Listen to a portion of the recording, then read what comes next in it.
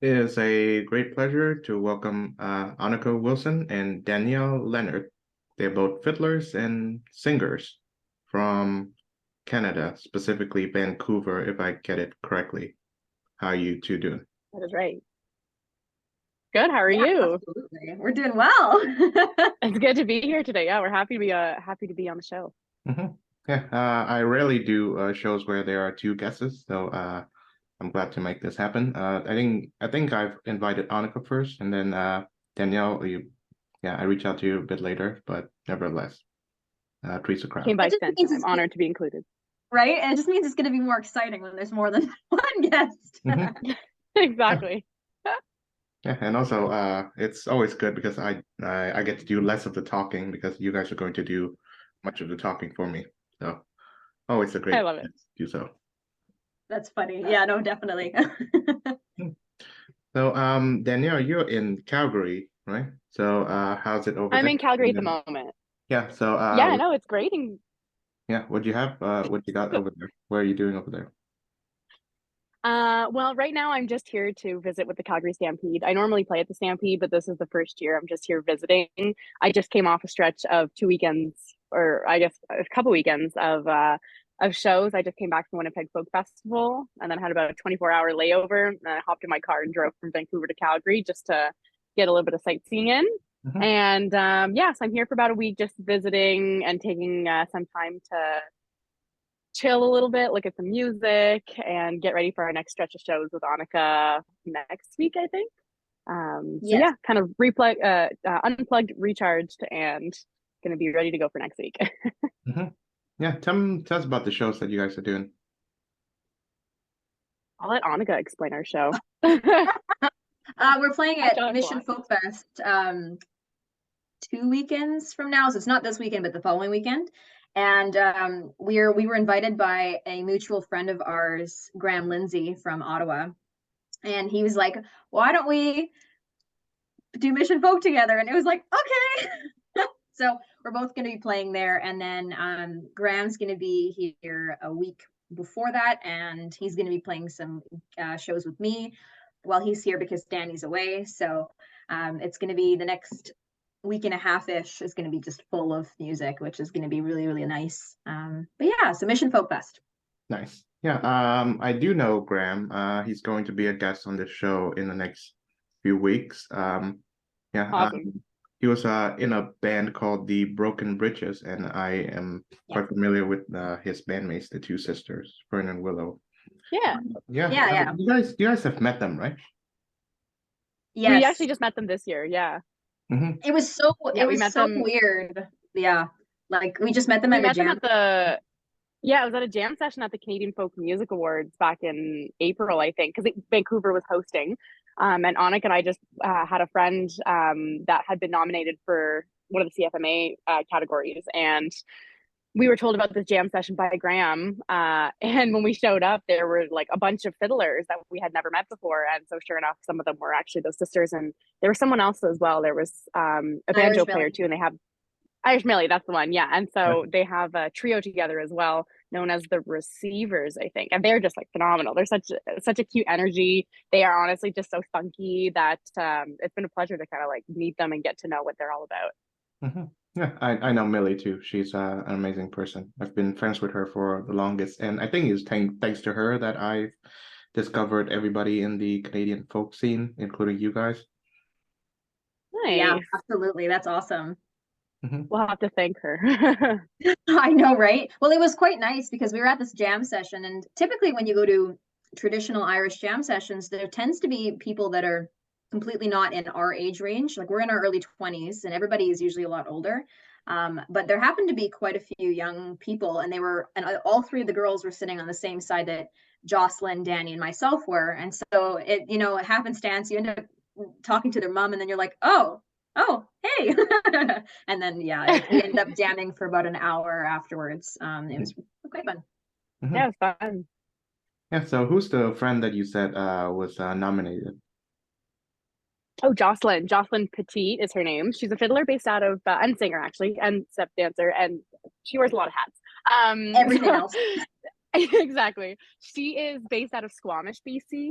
And so she was nominated for, oh my goodness, I can't remember which category it was, but she just released an album, I think last year, called Windrose. And it got really good attention and got nominated, which was really cool. Yeah, so Jocelyn Petit is her name. Yeah. Yeah, I think she's part of a duo, right? With Ellen something. Gira. Jocelyn and Ellen. Gira. Right, Yeah, Ellen Gira, yeah. The cellist. Yeah, she's awesome too.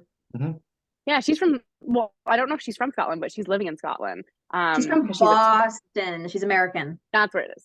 Yeah. Yeah, so she's doing a master's in Scotland in Scottish cello playing, I think, which is the coolest thing I've ever heard of. Yeah, that's cool. So she's an American who lives in Scotland. Yeah. Yeah. Yeah, which is pretty nice because some of the first Americans were Scottish. I know, right? Yeah. Then you're just going Very back. fitting. For sure. Yeah. So tell me, so did you guys grow up together in the same area? Not at all. Quite the opposite, actually. Annika and I actually, Danny. so I was gonna say I can explain my side and I'll let Annika speak to her side. But I actually grew up a little bit everywhere in East Coast or Eastern Canada and Central Canada. So I was born in Ontario, in Kingston, just between Toronto and Ottawa. And I moved kind of all around. I ended up out in Nova Scotia and Cape Breton for about 5 or 6 years, and then kind of returned back to the sort of borderline between Quebec and Ontario. Was out there for a few years again, and then ended up back in Kingston for my studies for university. And it was actually during COVID that last minute I kind of took a decision. I wanted to go do my education degree, and I wanted to go somewhere different in the prime of a pandemic, and decided to go to Vancouver. And that's actually how I met Annika, which was completely by accident as well. It's great. The connections are always made when you least expect it. Yeah, so we made it a jam session that we played. We used to do it once a month, not downtown Vancouver, but sort of like Broadway area. And we were the only 2 girls at the jam session. I think we sat across from each other at one point, and then we kind of looked and we were saying that, okay, well, you're a girl and I'm a girl and there's no one else here who's a girl, so let's sit together. And that was what, 3 years ago now? I think so. Or yeah, at least it was 3 years ago almost. Yeah, exactly. And then I'll let Annika explain her backstory. Yeah, well, I'm boring in comparison to Danny. I was born and raised actually outside of Vancouver. I'm from Langley, which is around 45 minutes east of the city. And I have mutual fiddler friends that live in Vancouver and in Kitsilano, and they sometimes host sessions. And so when COVID happened, one of the pubs in Kitsilano wanted to start introducing a little bit of music back to get people to just have a nice away time from everything else. And then Danny happened to show up at 1, and it was, again, like she said, it was like, oh my gosh, you're the only other girl here. There's nobody else. And since we've, it's been a few years since this session has been, on and off. There have been many more like girls showing up. So, but it was kind of nice that at one point we were the only 2, and then we just happened to like hit it off really, really well. And then the rest is there. The rest is history / history being made. Yeah, the now, yeah. Yeah, so how did you guys go from there to actually doing frequent shows together? Where did we go from there? That's a great, I'm trying to reminisce now on I remember like, so we would go, we would have our monthly sessions, and we weren't really that close. It was almost like, oh, hey, how's your week / month been? And we actually had formed a temporary, because it's no longer a thing, we had formed a temporary group with 2 of the boys from the jam session. And so we did a couple of gigs together as 4 quartet, of us, I guess. Quartet, thank you. Oh my gosh, that word escaped my brain. As a quartet. And all of us played fiddle. And so when we went to Parameus, which is in the interior of British Columbia, Danny and I shared a room, and we got to know each other so well on that trip. And this was last summer. And so I think like from then our friendship has just blossomed, and yeah, we ended up just would get together for drinks and for tacos and for fun times and jam sessions, and then it happened to be us being like, you know what, we need to form a duo. And And it's funny because I think it happened completely by accident. It was more of a thing that we were just saying, like, man, I think we're just too alike for our own good. Like, I think we just have noticed that we, like, as you can see, we probably have the same, almost the same glasses on. We usually tend to wear the same clothes. Like, we just show up in the same outfits. so And I funny. think, It's so funny. yeah, just the chemistry just kind of like functioned really well. And so, yeah, when we were in that band and we toured last summer very briefly, it was nice to just like, oh my gosh, there's someone else like me out there. So I think, yeah, ever since then, we decided earlier this year, after having been to a jam session or a concert of some sorts. I think we might have been at the CF. No, it would have been before the CFMAs. We were at It was another before. concert of another fiddler group, and we sat outside after the concert and we just went like, we would love to be those people on stage. So like, why not? Why not? Let's do it. Let's strive for that and see where we get. And what, like a month and a half, 2 months later, we ended up on tour in Ontario, and here we are now. We kind of rebranded our duo, and we just recently announced that as of the last couple of weeks now. So we are now officially known as the Twin Embers. So we tried to make it a little more marketable. And yeah, that's where we're at now. So now we're booking into our late summer, fall sessions and gigs and festivals, whatever we can find, and seeing where the wind takes us from there. I see. How did you come up with that name? Annika, how did we come up with that name? So, okay, we were literally, it wasn't a Zoom call, but we were on the phone for about 2 hours. And I had told Danny the night before, I'm like, okay, we need to start brainstorming like names for a duo. And I was thinking I wanted twin or duo or something to do with two in the name, but I didn't want it to be like completely, like, I didn't want the name to exclusively say there's only going to be two people, because obviously we both play fiddle and we both play a little bit of piano, but we would love to invite some people for like accompaniment when we go play at different gigs. So I thought maybe having like twin was a good idea. I don't know how Ember came up. I know there's a duo I think we named talked Twin about, Flames, and so I was like, no, not yeah. Flames. But I don't remember. We had a brainstorm session, and it popped up, and we were like, ooh, that sounds kind of fun. I think at one point we had involved ChatGPT just to help us, because we had been introduced to ChatGPT while on tour by some family. And I think when we had like submitted a little request through ChatGPT being like, oh, okay, we're like a contemporary folk duo from Vancouver. Can you give us some ideas? And I think something came out with Flames, and that's how we discovered that there was the Twin Flames that existed. And then I think we were just kind of talking back and forth, and we tend to do this thing where we just blurt out ideas back and forth and just keep going until something comes out that sort of attracts us. And I think it was Annika that had mentioned like something with like fire, because we have like a lot of energy in us and yada yada. And she's like, like an ember. And I was like, oh yeah, like twin, two embers, ember twins, twin embers. Ember twins, I think, is a Swedish duo of some sort. So we put it the other way and made it the Twin Embers, and then no one on Instagram had that account, so we snatched it really quick. Yeah, I'm reminded of that show Twin Peaks. I don't know if you guys are familiar with it. Yeah, I think so. Twin Peaks was filmed in, I think it was filmed in Vancouver. Oh, it really? might have been. Everything is filmed in Vancouver, so Yeah. if it was, it might have been Twin Peaks. Oh, cool. Well, I know that it did take place between the was it Seattle, Canada border, so it's likely that they filmed it there. Okay, Yeah, I had no idea of this. Oh, yeah, they filmed some stuff in California too, but you never know. I'm sure at one point it was probably here. I don't know. We can just say it was. Yeah, that's fine. So how did you guys get introduced to your respective instruments, whether it's the fiddle or the piano or singing? I'll let Annika start, because I keep starting. I want to be want to give a good back and forth here. Okay, so I think there are videos of me probably at like 2 years old. When I first started speaking, I was a really early speaker, and my parents were big into music, and my dad had a little cover band, and they would have practices weekly at our house.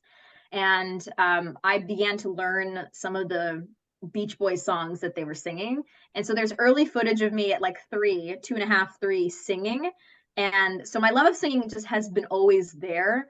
And as I've grown up, I did live performances, and then in high school I did musical theater. And so the singing has always been there.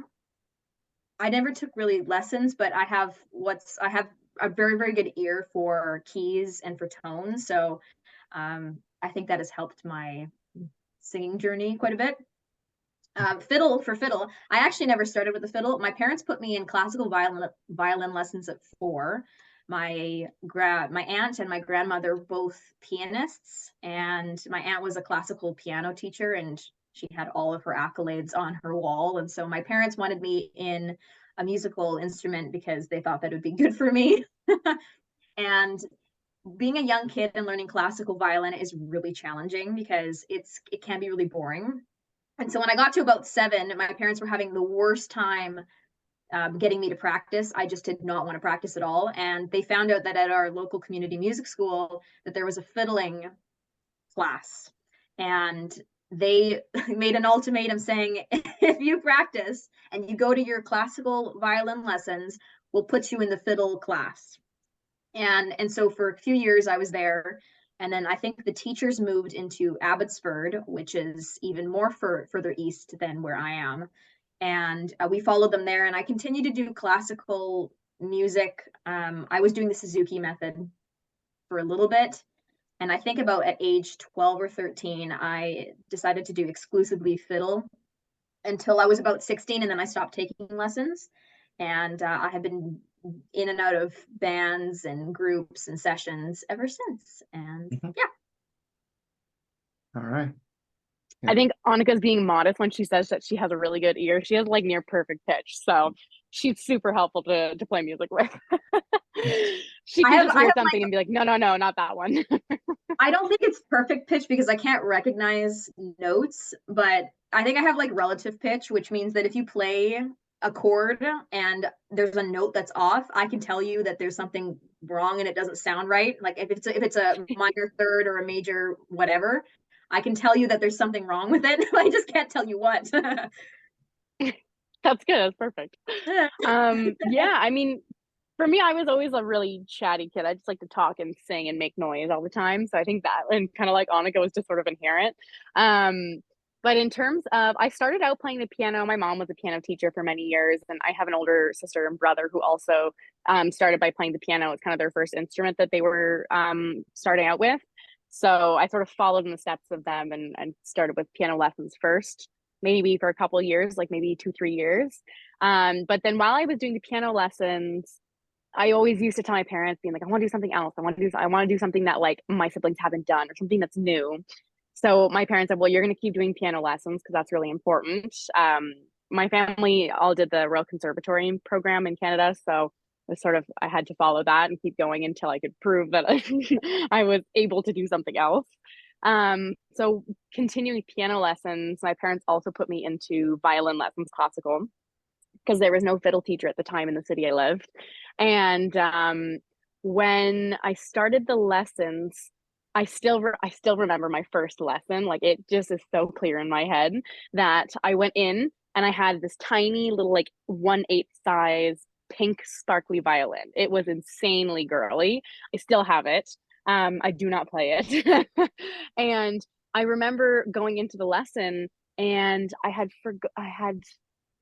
been taught how to like hold my bow and do bowing exercises to practice like dexterity. I was probably like 4 at the time. And when I came out of the lesson, as a joke, my brother played in rock bands and stuff growing up, and so he had introduced me to the song TNT. I don't even know who sings TNT, but anyways, it was a song that was frequently flying around our house, and my brother loved to play it with his little rock band that he had at the time.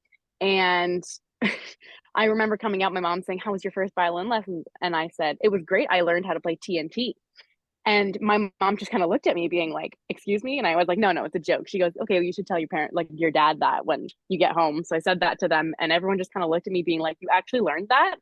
And my mom played along. Yeah, no, she learned TNT for her first lesson. She played it for me. It was crazy. So I did not learn TNT. I probably learned how to just make noise on one string. But many years later, or I guess a few years later from there, we had my parents announced that we were moving out to the East Coast.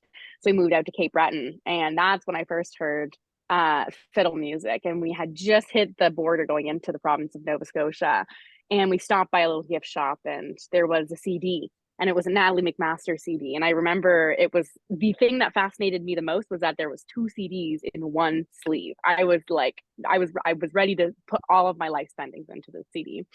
I was only 7, so that's probably all I had was enough for that. But I bought the CD and we put it in my parents' van, and we put the disc in, and we listened to it for a solid 6 hours. I'm pretty sure I peeved off my siblings at one point, but I listened to that CD. I had my parents bring me to the superstore in the little city we lived, or little town, and I bought a DVD player, and I played that thing every day for years. And yeah, so my parents signed me up for, I had decided since we had moved, I didn't want to keep going with the piano lessons. I wanted to do fiddle. And my parents said, kind of like Annika's parents, well, if you keep going with classical violin, then we can do the fiddling. Little did we know that in Cape Breton, violin lessons, like classical music, is not as big, obviously, as Celtic music. So they had a hard time finding a violin teacher, but had the easiest time finding fiddle teachers. So they made an exception and let me just do the fiddling. And the minute I started that, I'm sure I sounded horrible, but I loved it nevertheless, and did that for many, many years. And then we moved back to Ontario probably 6 years later. And I wanted to keep going with it, but then it was kind of that opposite issue where it's like, oh, I don't know if there's a fiddle teacher here. It's probably going to be violin. Luckily enough, we live sort of in, I'm going to say, the countryside, just outside of Ottawa. And we found a guy who directed, or who taught fiddle students, but also directed groups, performance groups. And I think Annika did some of that as well growing up. And so these were kind of, they still exist. I actually am a director for one of the programs that exist in Vancouver. But essentially it brings students together to kind of learn the Celtic music and learn arrangements and kind of get into that community from a young age. And then you learn how to do performance, you learn how to sort of do networking, and you learn how to just work as a group. There's so many life skills that come out of it. So I worked with one for many years until I graduated high school. And then same thing as Annika, I stopped taking all my lessons. I worked with a lot of different teachers, and decided to kind of just go for it and see what happened during university. Unfortunately, there wasn't a huge fiddle scene, I should say, at the time in Kingston. But I was able to kind of get something started. I started teaching music lessons. I've been doing that ever since. And yeah, that's kind of, the fiddle has been like the biggest sort of story with all the music. I know instruments have come in and out, and Annika and I still like to pick up instruments where we can, saying like, oh, this is cool, let's try and learn this. But the fiddle has been like the goat, the OG, the thing that's been with us the longest. The constant, yeah. Well, I actually met Natalie McMaster through this show. Yeah, we had a Oh, really? Yeah, she's wonderful. That's super cool. She's awesome. They're awesome, absolutely. Yeah. So you both mentioned coming from musical families. So I wonder if that helps or hinders your music learning processes. Oh, that's a good question. I feel like it depends the genre. Yeah, like my mom is not a musical person at all. She doesn't, she didn't hear me say this, but bless her soul, she tries her best and she loves music, but she's not a musical person.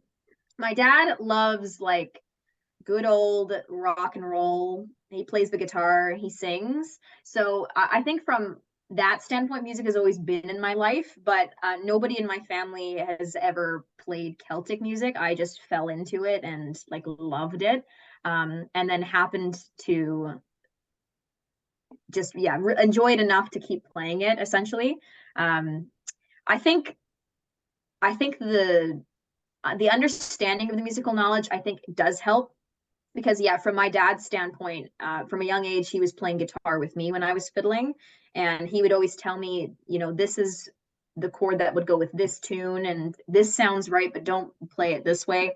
But also, I think just experience and being in the fiddling world, you just pick up different things. I've learned quite a bit actually since COVID, because when COVID happened, there was nothing happening, and so I was in my house pretty much with my fiddle, and I started taking piano lessons like like accompaniment piano lessons from Mac Moran, who's the Kate Bretner.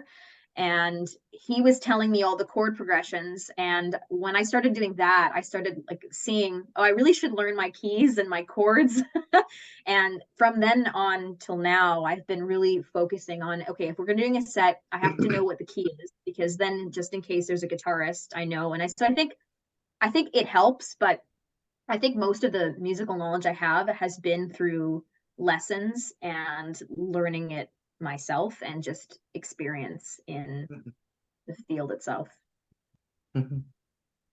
Yeah, and I think it also depends like what sort of music your family is into, in the sense that like I do know that like through East Coast tradition, and everyone has a fiddler. I had met someone at Winnipeg Folk Fest last weekend that was from Cape Breton, from Pictou, and she plays with another artist. And we just got chatting one day on a shuttle, and she said, oh, so, so where from Cape Breton did you live? Yada, yada. We get into the conversation. I said, oh, I'm actually like a fiddler. That's my instrument. And she turned around and she says, I have a fiddle. And she said, it's just one of those things that in the East Coast, everyone has one, whether or not you pursue it. But having grown up in Ontario, I think, and with my family's musical background, my parents have the opposite dynamic between Annika's mom and dad. So my mom is very musical, my dad is not, however. He's a great supporter though. And yeah, so I think there was a lot of, because my mom was in classical music and my aunt, my grandparents, yada yada, because it trickled down through the generations of our family, it was sort of just expected to pursue classical music. And whether or not you pursue it further as you grow up and you finish all of your Royal Conservatory grades, so up until grade 8, whatever you do after that, it was kind of like, okay, well, you finished it, you did like everyone else did, that's great.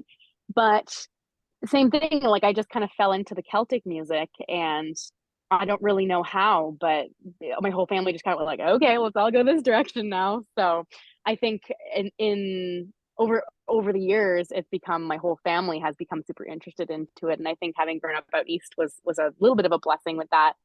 But yeah, I think it's just one of those things that we fell into it. It just happened to work out really well. Yeah. And yeah, I honestly think it's just, I don't want to say it was a coincidence, but I honestly was just like a blessing in disguise, if you will, that all these years later now, even my family has gotten super into it, and they drove me to all those shows and all those concerts that I wanted to go see before I had my driver's license, and they had no choice. So I think deep down, obviously we all really have those roots. Like my dad is a hardcore rock and roll fan. He claims to have been a DJ in high school. We're still debating that one. But my mom still loves classical music. My brother still loves sort of like folk, and also rock and roll. And yeah, I think at the same time, it was just another type of music that we got to explore through that. And so I was dragging my whole family with me behind me, and they just had to learn it, and it turned out to be a really positive thing. Yeah. I think just to quickly add on at the end, I think also because, I mean, this is not necessarily the same thing for you, Danny, but over here in the West Coast, there is so much, like, there's less music going on in the Celtic genre, really. A lot of the fiddlers out here play old time. And so when I was growing up, it wasn't like, I knew a few fiddlers that were learning fiddle music. Like we were all in the genre of learning, but really most of our instructors had other jobs or had come over from the East Coast. And I think it was something like unique, at least in my family. Like my brother did a little bit of fiddle music, but there was nobody that we knew. So it was something that I think growing up, I was thinking in the back of my head, like, I'm the only one that I know that really does this. And it's so nice to be able to now share it with other people, because you just like fixate on that, being like, this is so cool. Like, this is something that you don't really hear out here. Nobody else in my family does it. And then now that I've met other people, it's like, oh my God, this is so cool. Like, this is something that I've kind of, been holding on to by myself for a little bit. And then now there's all these other people that love it. And it's just so nice to like share that community with other people, right? And I think we're growing that community too. Like we're at a point where for some reason, we're just starting to see more and more people pop out being like, oh, I play the fiddle. I do this. Oh my God, me too. And all of a sudden it's like, where have all you been for the last, I mean, I can imagine Veronica having stayed on the West Coast. And so I think that's also the joy of like what we can propose and what we can present to the public of the West Coast, and of course all of Canada and all of the world. But right now we have this this thing that is considered so unique and considered so special that when we do come to present it in shows and festivals and whatnot, people really gravitate towards it because it's like, wow, you know, that reminds me when I used to live in the East Coast, but now I live here for the last 20 years. I haven't heard music like that in years. So it's kind of nice because we kind of bring out this I don't even know, this nostalgia in people that had we not continued to drag our families along and to never let go of this hope and dream and love and passion for fiddle music would have never continued. So it's kind of a cool thing to see unfold. Yeah. So, do you guys go to colleges, universities, or are you guys working in any capacity? I'm working now. So I went to Queen's and did a degree in music and French. And then I went to UBC and did a degree in education, in French education. So now I'm actually like a music teacher for a public school board. So I work for the Francophone School Board in BC as a teacher and then do music on the side. Mm-hmm. Yes. I am still in school. So I was there. She's almost there. I have one more year and then I'm done. So I was at UBC and then I decided to switch paths. I was there for like 3 years and then COVID happened and then I took a year off. And so now I'm at BCIT, which is an Institute of Technology, and I'm studying business information technology. So that's my main thing I'm working on. I have another year of schooling and then I'm working, but it's just music on the side now. Mm-hmm. That's cool. Yeah. Currently I'm pursuing my master's. It used to be in Vienna now, but I'm moving to Budapest. Things didn't work out the way I wanted to in Vienna, unfortunately. You're gonna love Budapest, by the way. Like Budapest is just top tier, amazing. I think Annika's family comes from there, if that adds context. My mom is Hungarian, so she's like been to Budapest many times. She grew up actually like in the countryside, but the city is very much like a second home for her kind of thing. Does she speak the language? Oh yes. Oh. Very, yeah. It's funny. So my dad is like completely Canadian, right? He's Scottish, English, and Irish. So he doesn't speak a lick of Hungarian. And so she's taught me like the swear words or the really nitty gritty words. So if we're out in public and she wants to tell me something, she'll like whisper it to me in Hungarian and I'll be like, oh yeah, I know what you're talking about.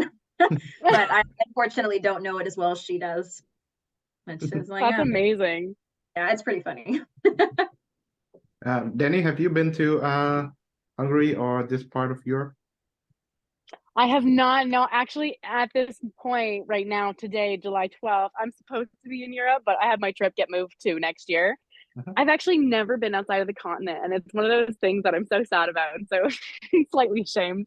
But no, yeah, I had a graduation trip planned actually with my grandparents who were going to take me. This has been planned for, I was supposed to graduate and finish everything in 2020. Like my first degree, I was supposed to be done in 2021. I graduated a year early from Queen's. So we were going to go, but then COVID hit. So that dangled our plans a little further away. And the year after, it was like, okay, 2021, if things go good, we'll go. And then it got put off again and again in 2022 and again in 2023. So this year was more just because of practicality, and I had been invited to do some shows over the summer, so we decided kind of collectively to put it off to next year. But I actually have family from France and from Ireland, so I am definitely excited to go and finally like see a little bit of like where my grandparents and my ancestors have grown up and where some of them still live now. So it's on my bucket list. It is the top thing on my list. It is bolded, underlined, highlighted, pictures all around it, ready to check off my list. Yeah. Well, I look forward to seeing both of you in person if either or both of you are coming. Absolutely. Sounds like we have to go on a tour, Annika. Let's go on another one. No, Danny, it's funny because I'm actually kind of glad that you postponed. I forgot to tell you, I'm going to be in Europe next summer. Oh my gosh, look at this. Plans are being made already. I'm going for a wedding in Hungary, so I'll be in Europe, but I do want to go actually hit up Scotland next summer because I've never been to Scotland. I've only been to Ireland, so that's oh my gosh. Danny might be going with you. See, it's these moments that I'm like, it's not a coincidence, but it is darn tootin' really good. It's weird. That is just perfect timing. It's just crazy. That's awesome. Mhm. We just think alike like all the time. It's weird. Something about the waves that we give off in our brains just function. Yeah, yeah, I'd love to go to Scotland at some point. When I was at Trent, the university that I studied in, my favorite professor is a Scotsman, and in reference to the name of this show, some of my favorite philosophers are Scottish. Yeah, Adam Smith, Cool. David Hume, and Alistair MacIntyre, right? Just to name a few. Alistair McIntyre. I love That's that. fun. Those are some real Scottish names. Oh, definitely. Yes, and and I suppose Celtic means Scottish, right? Scottish and So Irish, I think. I don't know what the true Celtic. definition. Well, the Celts were a group of people that lived Mhm. in along like in the UK, and I'm going to say the UK and Ireland. So if when we reference Celtic music, we mean Irish, Welsh, like Wales, Oh, Scotland, and then the UK as well, because like England. So it's kind of like just the whole islands as a group, because it references the Celtic people that lived there like hundreds of years ago. I wonder if I you're, just learned something. yeah. Or maybe it was thousands of years ago. One of the two. I don't know I don't know my timelines, but I know it's about the Celtic people that were there. Yeah. Mhm. Yeah. So, Danny, you were saying that you learned something, and then we Oh rudely no, cut I you just off. know what Annika said I learned. I didn't actually know that it comprised Um, of those countries.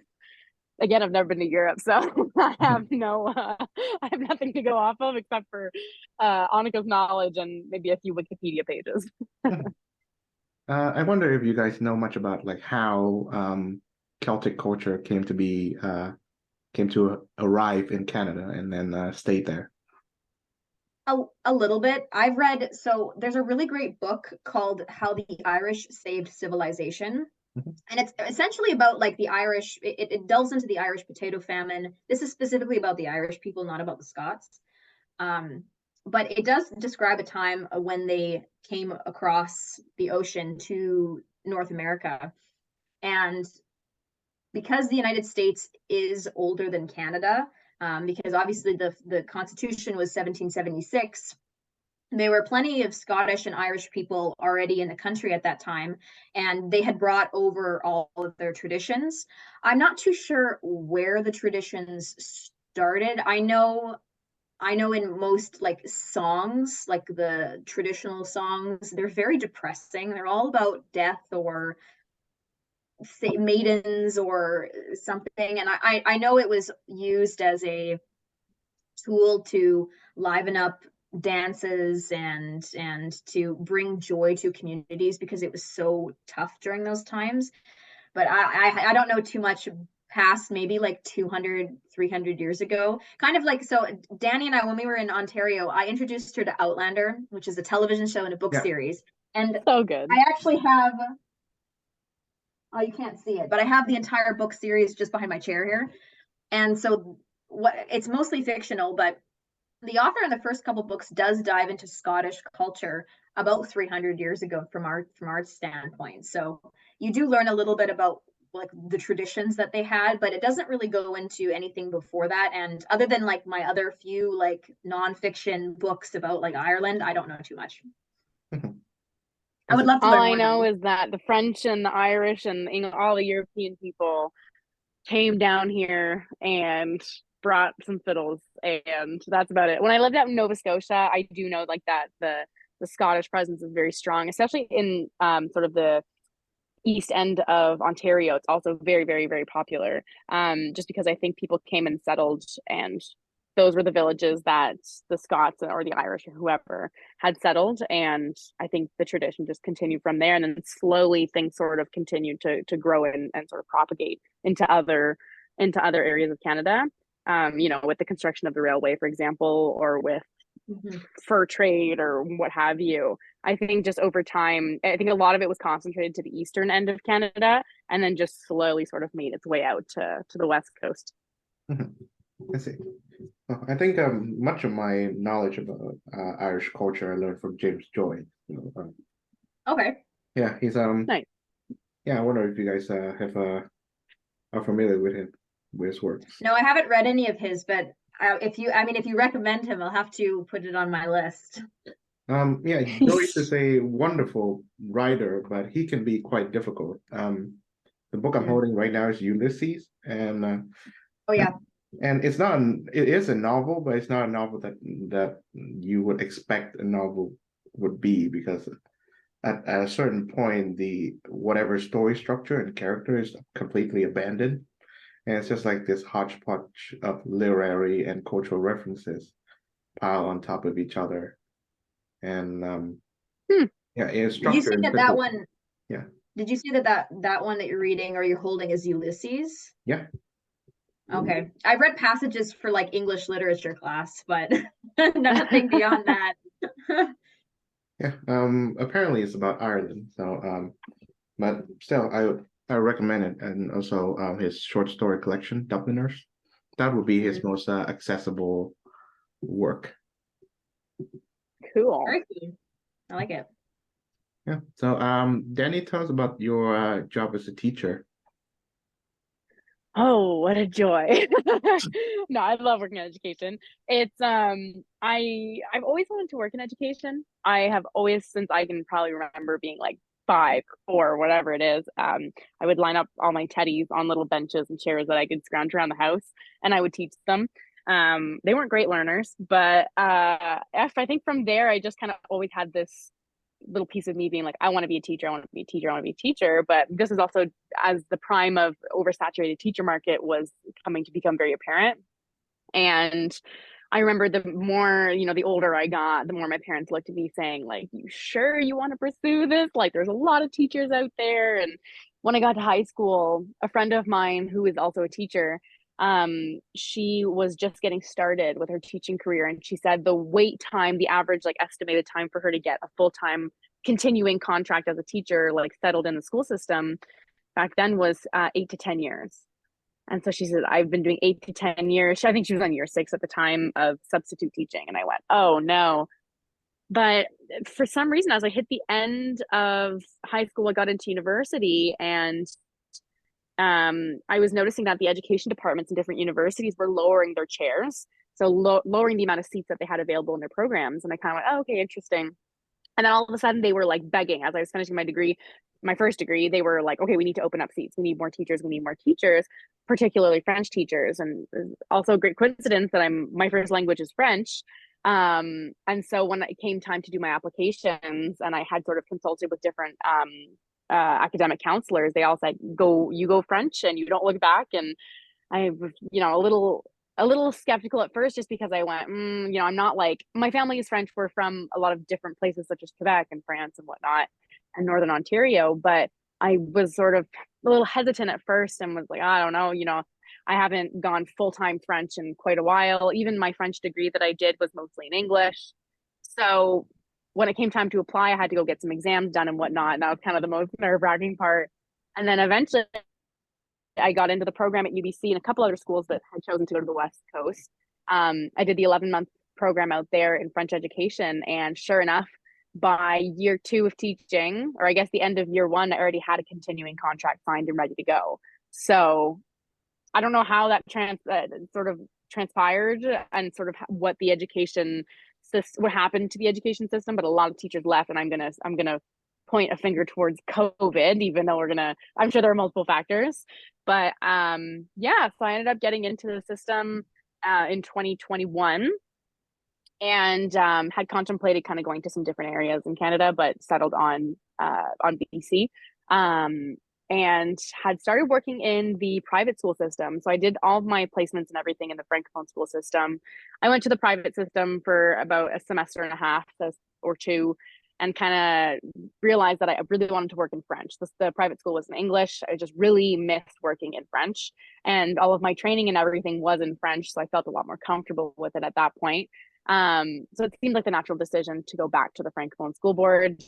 And I've worked in a bunch of different age groups. So I did some high school. I did, what did I do after that? I had a grade 3, 4. I had a grade 4, 5, a K1, a little bit everywhere.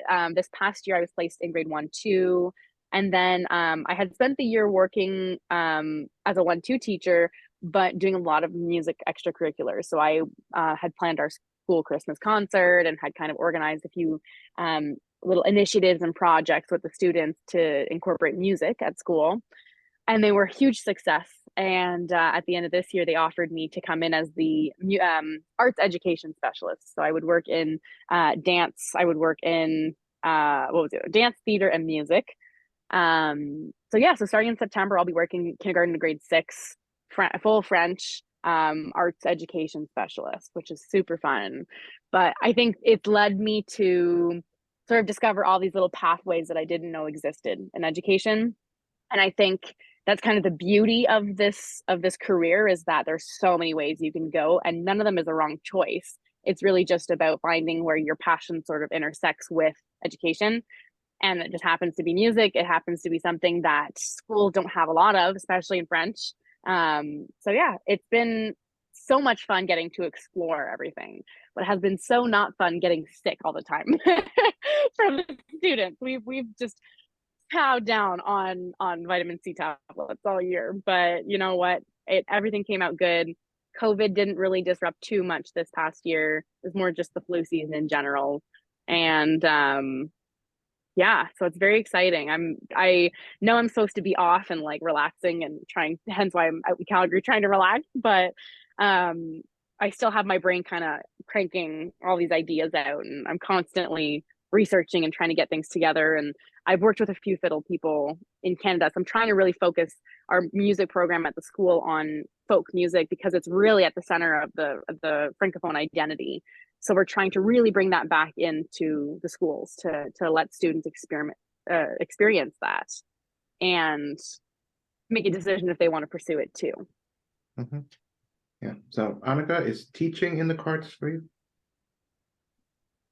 That was the biggest no I've ever seen. Ooh. I do not have the patience, I don't think.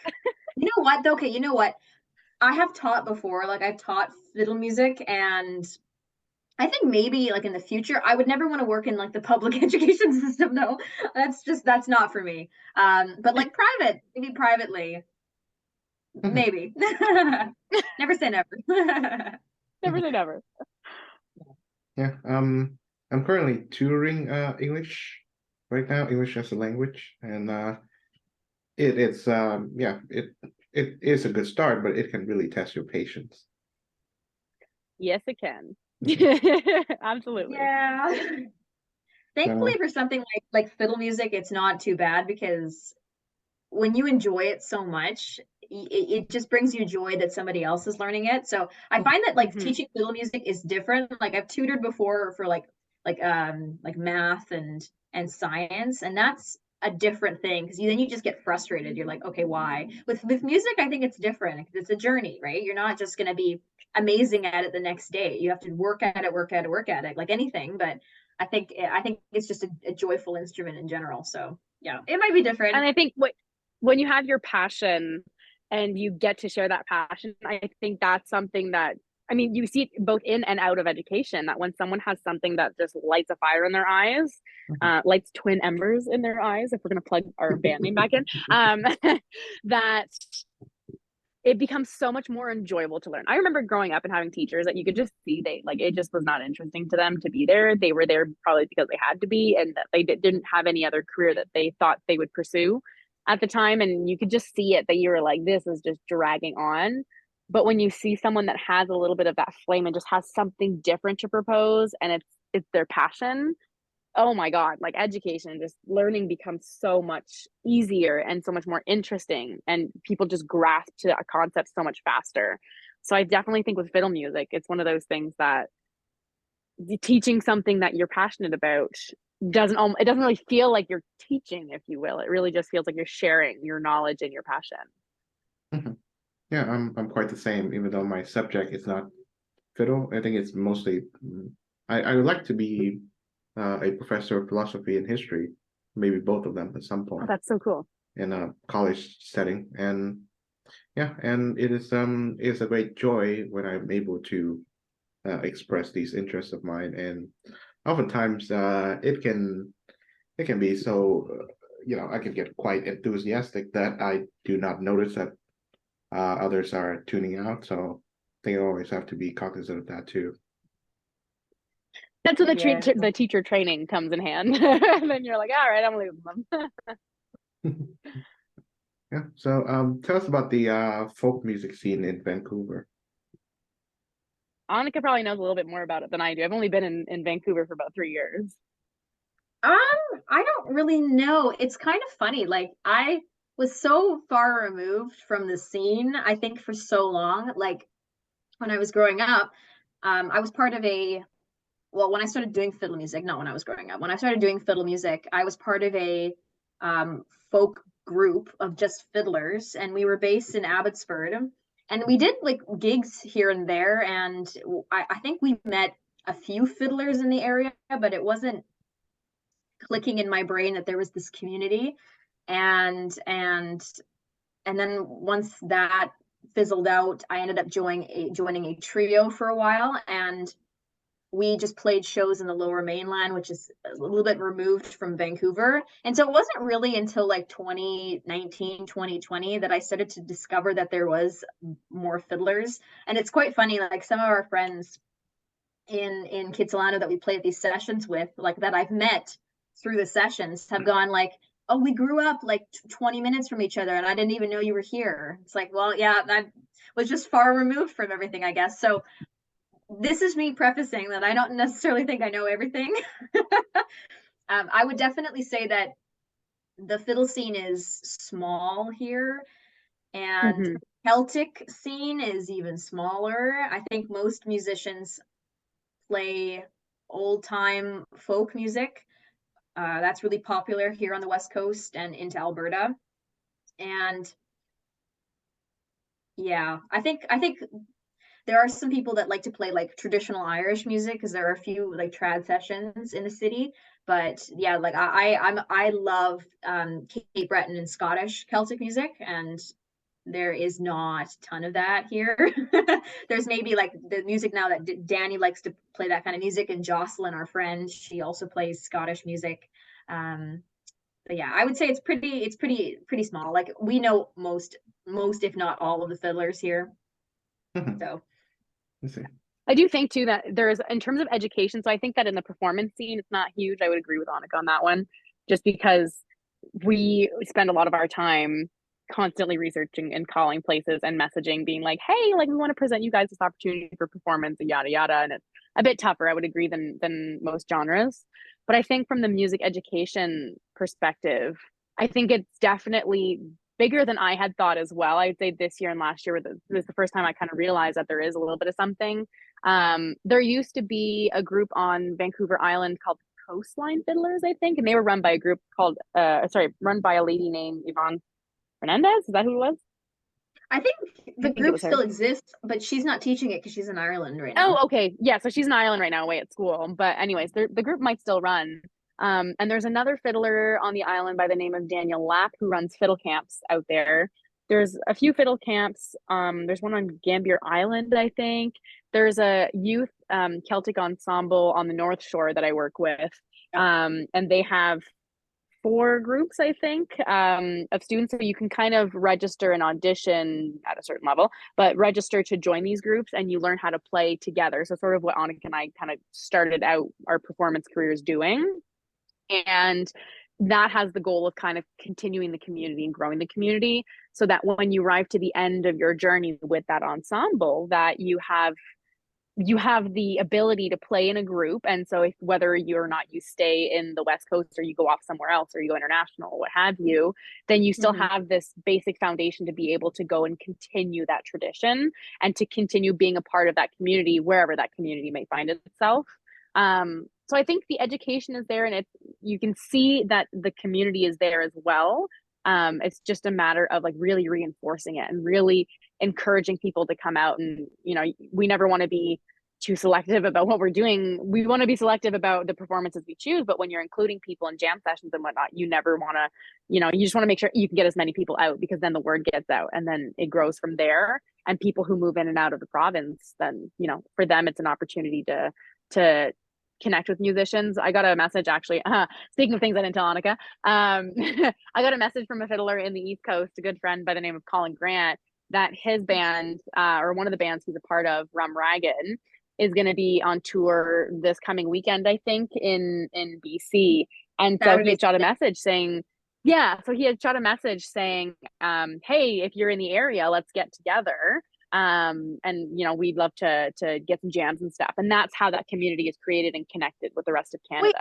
Annika's jaw just dropped. Danny, Graham and I are in town on Friday if they're here. Yeah, so I'll have to message him back because I get back on Monday. But they're there for a couple days, I think. So they might even be there when I get back. So if they're there on Monday, let me know because I would love to do that. Oh, jam. Yeah, it's go. And that's the thing. So it's like just people who are passing by that, as long as you can make enough of a ruckus and you can kind of show that the community is there. So we try and do that through social media and just keep showing that it is present, it is lively, and it is growing.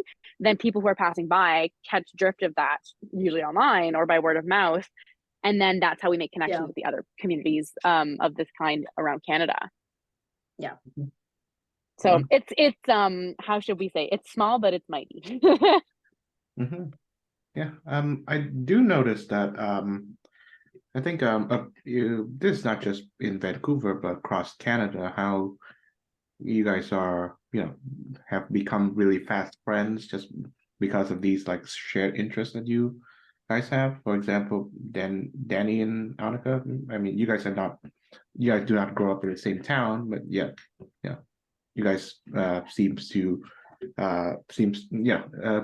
from the outside, I think that you guys have, and also the Kriegers from the group, the Receivers. They are from different parts of Ontario too, but they seem to be sticking together like glue at this point. So how do you explain this like strange connection that music has with those who love it? I think it's just connection of like, it's when like I'm also in recent years getting into cycling, and when you meet other people who are into cycling, you just kind of have the connection because you just have something that you share in common. You have this common point of interest. And I think with music, I think it's something that's a lot stronger in terms of the connectivity. I'm going to use the word connectivity, but our signal, our Wi-Fi signal between our groups is just so much stronger because I think it's so much smaller, and because there are few of us, especially younger. There are fewer of us in the younger sort of age categories that are super into this. That as soon as we get the chance to meet someone else, we just geek out. So I think it's just the fact that it is supply versus demand, right? We have not a big supply and we have a big demand, so we have to work together to kind of provide as much music as possible to others.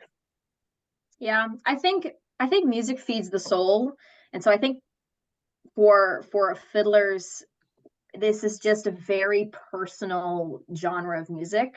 Like most fiddlers just deeply love the music, and they love going to functions, and they love seeing other musicians. And so when you're able to find somebody that has similar interests in general, and Danny and I have rather similar personalities, I think that's also helped. It's just like we have this deep love of this music, and then we have happened to like a bunch of the same other things. And so I think it just happens to work out. Yeah. Yeah.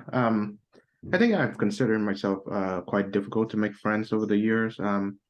I grew up in Hanoi, right? And practically nobody shared my set of interests, not even one of them. And I think it's the same with almost everywhere I go, really. There were a few people that I've been able to make friends with in Canada, and almost nobody here in Vienna, really. So for the most part, I've managed to make friends over this medium, actually, this show, and which is great, but also that also means that I don't get to meet them in person a lot because we're connected via virtual space. Yeah. But nevertheless, I think it's for me, it's definitely easier if someone shares one or more of my interests, and if none of them checks out, then it kind of goes nowhere. Absolutely. And I think too, it's that, kind of as you guys are both saying, is that like when you check one of the boxes, it's great. When you check multiple boxes, even better.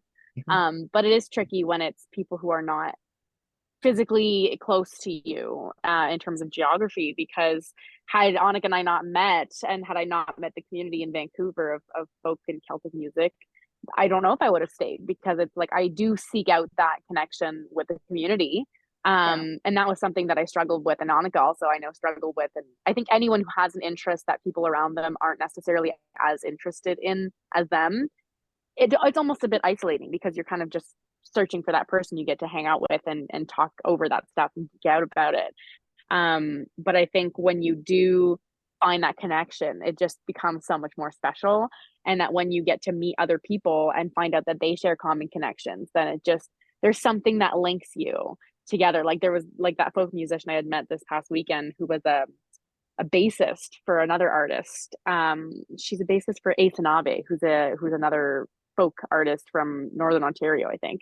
And yeah, it was just we chit-chatting and whatnot, and then all of a sudden I had made a remark about a hat she was wearing, and she was like, "Oh, it's from Cape Breton," and I went, "Oh my gosh, and all of a sudden the conversation just flourished." And so I think when you find people like that, you get this instant connection, you get this instant sort of like bubble of things you get to talk about, and of like things you have in common that just connect you. So I really think it's a treasure. It can be isolating at times, but when you do find that person who's geographically close, it just becomes a lot more special. And I think Annika and I waited so many number of years into into our 20s until we could actually have that connection. So never lose hope. I think for people who struggle with that, it's out there. Sometimes you got to take a big leap to get there, and to form that connection. But you also have to, once you form it, holy. I was gonna say, you also have to put yourself out there a little bit. Like that's when things started happening, at least for in my like area. I was mentioning Absolutely. before that like I didn't really know that much about the community because I was kind of isolated from the community, and that it wasn't until I started going to sessions and actively like making friends with people on Facebook, and like I would see events and then I would go to those events, that it was actually I wouldn't have met Danny otherwise. But yeah, it can be isolating, especially when like even in high school, I remember like all of my close friends, none of them liked fiddle music, and so I'd mention it to them like, hey, you want to come to my gig or whatever, and not a single person was like interested, because they just don't see which is, it's crazy to me, because there are these like fantastic artists that Danny and I really love, like Talisk, for example. I love Talisk, and young people like people that I go to school with, I've been showing their music and they're like, this is actually like really good. It's like, I know it's not like I'm going Finally. against anything. So I think it's a little bit of like, there are people out there that really, really enjoy this stuff. You just have to find them. Mm-hmm. Okay. Well, so final question. Danny, Annika, well, what does music mean to you? Oh, oof. Hold on, I'm gonna need a minute to think. I think music, I'm gonna go back to what I said earlier, and Annika has sort of rephrased perfectly. Music has always been a constant. And I think music to me is this constant source of communication, of love, of grief, of passion. It is just the constant of everything that is good in life and everything that helps you get through the not good in life. And I think that in my life personally, I've moved a lot. I have lost people, I have gained people in my life, and I have experienced everything in between. And I know I have yet to experience the rest of my life as well. And the one thing that has always been there through each of those things has been music, and especially Celtic and folk music, because there's just this connection that kind of gets to your emotions and just seems to kind of put at rest any unease. And it just kind of seems to answer any questions, and it seems to respond to any concerns. And it confirms and affirms any feelings that you have. So for me, yeah, I think if I were to describe what music means to me, is just this constant source of it's a constant, I think is the better way to put it. It's just been a constant in my life to deal with everything in life. Mm-hmm.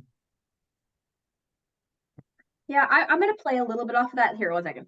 Like, so this is how close my instrument is to me at all times. Like, this is how I'm in my room and I have a music studio in the basement, but this instrument is like always here, because I would not, I don't even know how I could live without playing the fiddle. Like when I'm stressed in school, I break out and play a tune.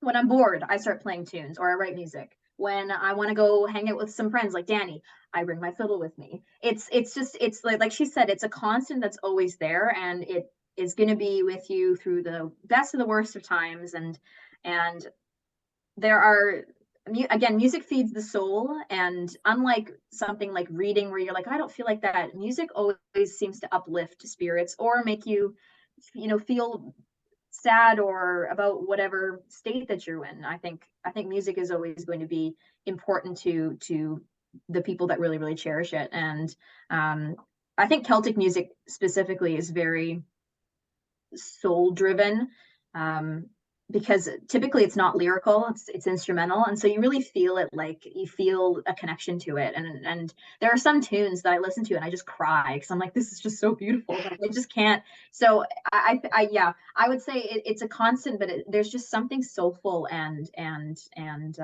emotional about it that it's just lovely, and I wouldn't be able to live really without it. So It just helps you work through everything, whether it's good, bad, whether you want to do it, whether you don't want to do it. It's this tool that is just always kind of in your handyman pouch, that I think I use it more than I drink water. Like it's just something that's always there, and we always have with us for any occasion. It's just, you have it if you need it and when you need it. yeah. Well, on that wonderful note, thank you very much, Danny, Leonard, and Annika Wilson, for being on this program. You're welcome. Yeah, do you want thank you. me to with a tune? Because I have my fiddle out now. Sure. We've been talking about fiddle music. We haven't heard a tune yet. Sure. Oh my gosh. I have to play at least. Okay, I'll play at least one. Are we wanting a jig or a reel? I want an E minor because I know you love E minor.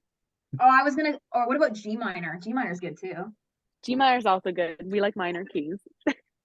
We're talking about fiddle music. We have to at least hear something.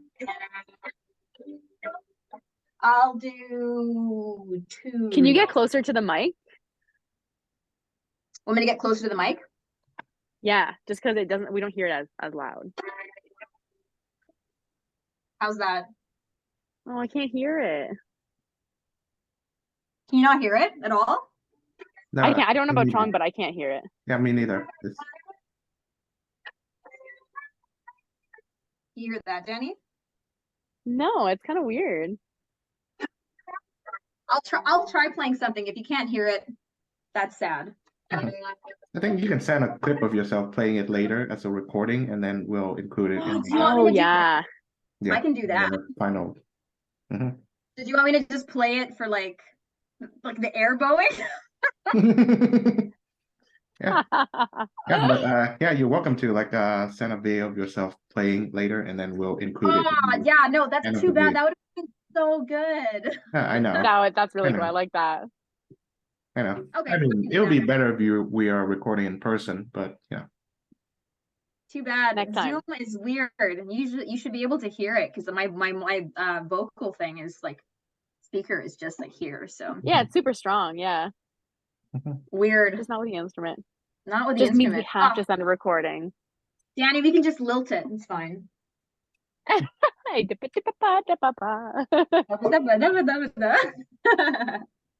Okay, well, too bad. yes, Anyways, that's Twin fine. Embers going strong. Okay, well, take care, you guys. Thanks so Yeah, much. thank you so much.